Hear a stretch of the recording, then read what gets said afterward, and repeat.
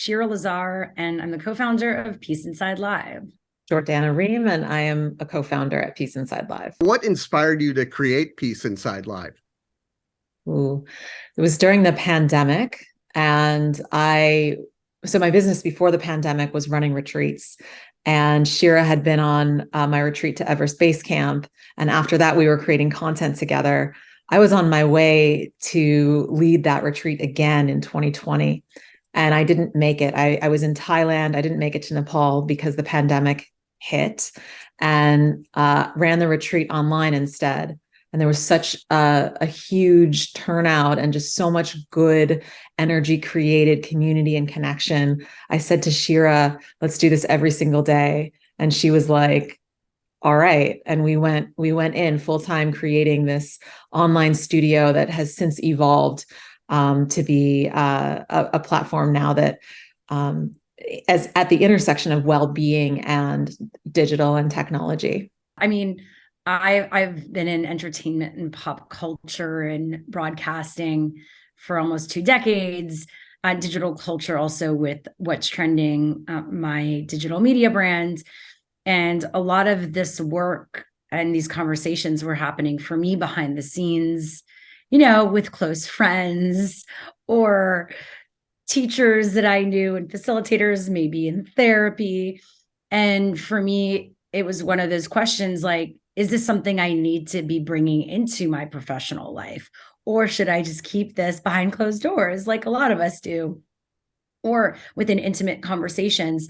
And I think I realized with everything I've done, it came from a passion and a lifestyle and a way of living.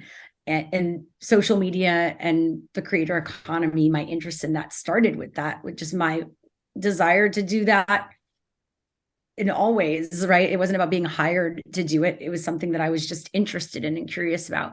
And the same with with mindfulness and personal growth. And so, having known Jordana for a long time and doing that life-changing trip together, we started having some really interesting conversations of what that would look like.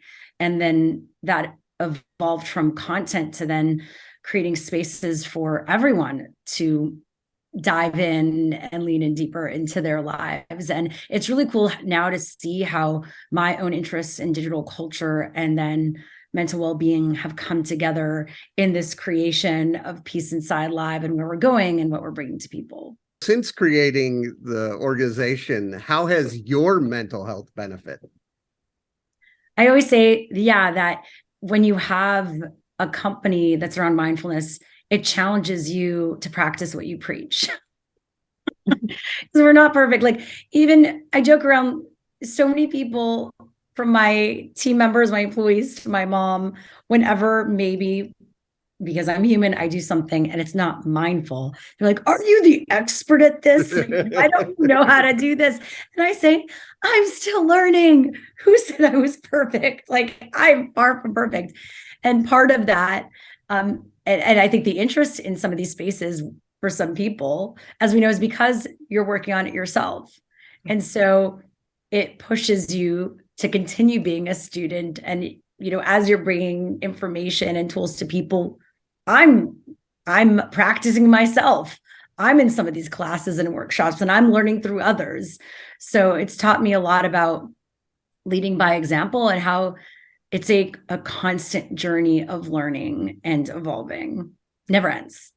Yeah, we get to practice all the time. And I think that I've really enjoyed the journey, with Shira building this, because we were friends before.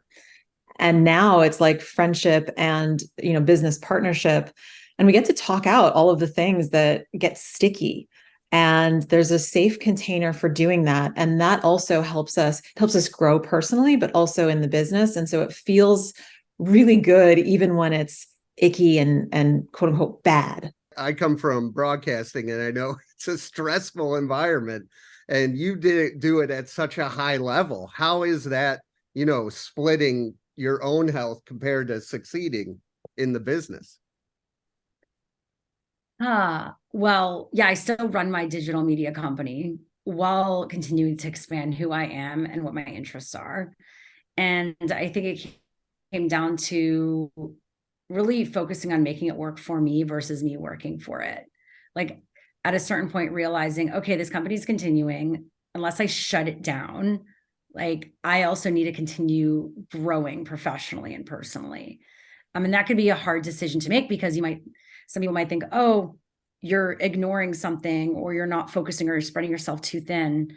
But I think we look a lot at business people that succeed in many areas and they are doing many things, right? And some people don't. It's kind of like whatever floats your boat. I was just interviewing Drew Barrymore and she's like, a lot of us are multidisciplinary individuals. We like lots of different things and we decide to pursue different passions or professions based on that. And if some of us have the opportunity to pursue many of those things with the support of people in getting us there, then why not be open to that? So part of it is finding those support systems, and at What's Trending, I have a team I work with. I have someone I work with day to day that manages the business. I've figured out a process to make it work and be sustainable. And then within building new processes with Peace Inside Live, we also kind of look at our strengths and our weaknesses and what we like doing and what we don't like doing. And of course, when you start something new, you kind of need to do it all. But there's a reality at a certain point to leaning into the things like that really get you going and that you're good at, and finding partners that fill the other side, which Jordana does in many ways, in so many parts of like whatever I do, she maybe doesn't do as much, and whatever she does, I don't do as much. It's the yin and yang. We can't do it all. And you gotta be open to receiving that support. So I don't know if that answers that question in terms of kind of figuring out both sides, the entrepreneur side, the content creator side. But I think that a lot of my work on myself, to go back to news and media, came from the adrenaline and the fight or flight that I got and learned from being in the newsroom and in the constant 24/7 creator space, and realizing how much that was impacting my own mental health. And saying, okay, am I just not into this anymore? And I realize it's not like I'm not into content or the news of this, that, but how I'm approaching it does not work for me.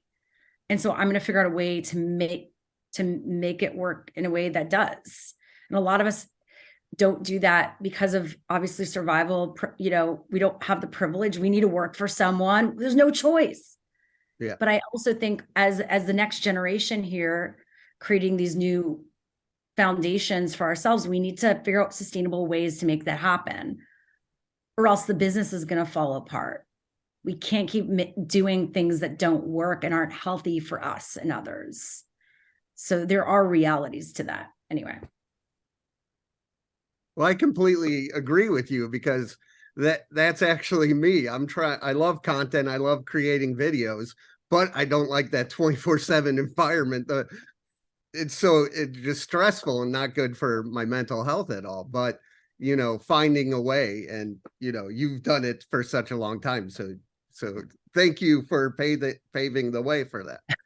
But I think that, and just to wrap on that subject, I think that, program directors, editorial folks, bosses, we need to really be challenging ourselves to look at the environments that we're creating. I know that we can create results while we're creating healthy environments. It doesn't need to be one or the other. And I think continuing to think it needs to be one or the other is going to ruin the business. And there will be someone to figure it out and to build that new model. So I always say, like, if something's not working, even if you get to a result, we need to think about the journey, how we get there. If you're burning people out, if people are not happy, even if when we watch something, it looks good, I still think that's not a success. Success is when all parts of the process, it's not just about feeling good, but they're being made in the best way we know they could. And a lot of times we skip that journey part because, again, as you know, we're thinking about the ratings, we're thinking about the audience, we're thinking about all this stuff, but we got to look at what's happening behind the scenes too. And as we know, like a lot of people are starting to bring that up in terms of like ethical workplace practices, including, I would say, in the newsroom or at production companies, at these traditional media entities. With you two working closely together, what have you learned from each other? I think that we've learned, like for me, I've learned like, what, like to do what I'm good at and then to express what I'm not good at. And it's and to have that as an open dialogue. I'm not great at these things. Can I get support with this? Asking for support where I need it. It's been like a very like I've grown a lot in the process with Shira because we started it and it was just the two of us. And really we were running like a business that should have had about 20 people, where we had 14 classes a week, right, going on. And we had a newsletter every single day of the week. We were doing all kinds of events outside of that media, just launching this company. And so really we were wearing so many hats, and it was great at that time. It really taught me to manage what I could manage and communicate what I couldn't manage. So I think that's been like a big area of growth for me personally. And Shira like also really holds me accountable to like continuing to grow my own library of work as well from the work that I'm doing, that we're doing. I write and record meditations, and just like the process of building a conscious business has been one that's like, it's given me a lot of material. And she's like, create content, just keep doing it. And she supports that in so many ways. And the business supports that. And so I've gotten a lot even, better at creating that content and just being able to like go and record something right now, or, in 5 minutes. And so that's been a pleasure. Oh my God, what I learned from Jordana. Jordana's so good at leading a group and slowing down and speaking. While I'm a broadcaster, again, I've been in this go, go, go mentality. Let's be in your face. Let's all be spunky, hosting this, that. And I've really been able to watch her and like how she really grounds and leads people on a journey, and the confidence around that and holding that space is just such a beautiful thing.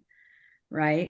And just watching her do that has been really inspiring. And I always say, like, I am not a meditation guide or a facilitator.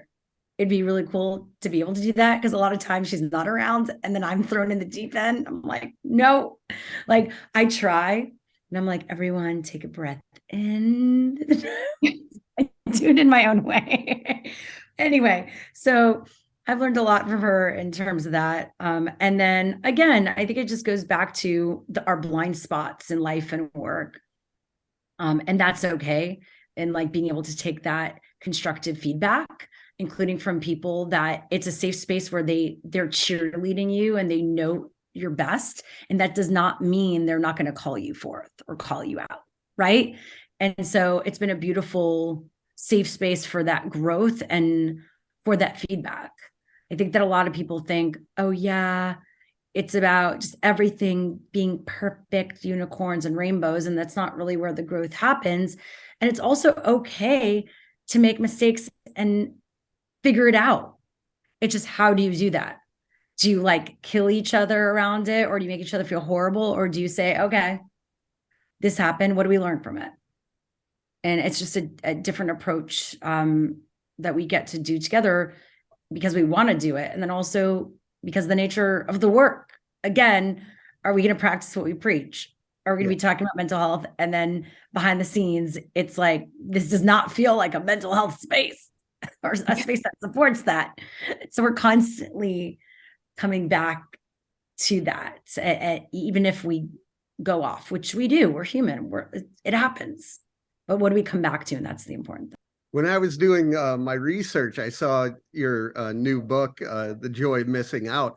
And that's huge because, the fear of missing out, has so many negative feelings attached to it. And can you tell me a little bit about the book and the process?